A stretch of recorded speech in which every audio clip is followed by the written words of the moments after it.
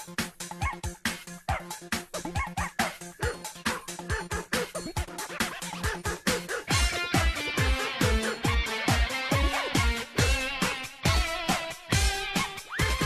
Πλάτωνας ο σκύλος μου, ο πιο Γάλλος ο φίλος μου, έρχεται πρωί-πρωί και με ξυπνάει. Μου φέρνει το μπαλάκι του, μου δείχνει το λουράκι του και από τη χαρά του την ουρίτσα του κουνάει.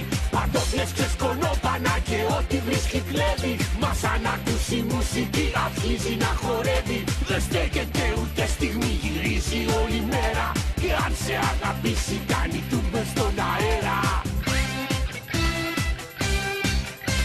Πλάτωνα δικέ μου, φίλε κολλητέ μου, είσαι φίνος και πολύ εντάξει.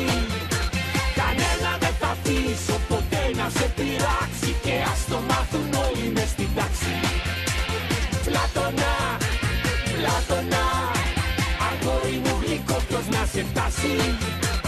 Πλάτωνα, Πλάτωνα, για σένα κι η ομάδα μου ας χάσει. Ο Πλάτωνας ο φώνακλας την Τόλη αγαπάει. Μα η Τόλη είναι λαμπραντόρ και ούτε που τον κοιτάει.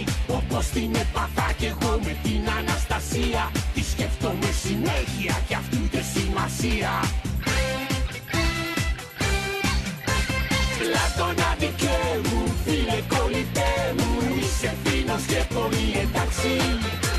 Κανένα δεν θα αφήσω ποτέ να σε πειράξει και ας το μάθουν όλοι μες στην τάξη. Πλάτωνα, Πλάτωνα, αγόρι μου γλυκό ποιος να σε φτάσει. Πλάτωνα, Πλάτωνα, για σένα κι η ομάδα μου ας χάσει. Πλάτωνα δικέ μου, φίλε κολλητέ μου, είσαι φίνος και πολύ εντάξει. Κανένα δεν θα αφήσω ποτέ να σε πειράξει και ας το μάθουν όλοι μες στην τάξη.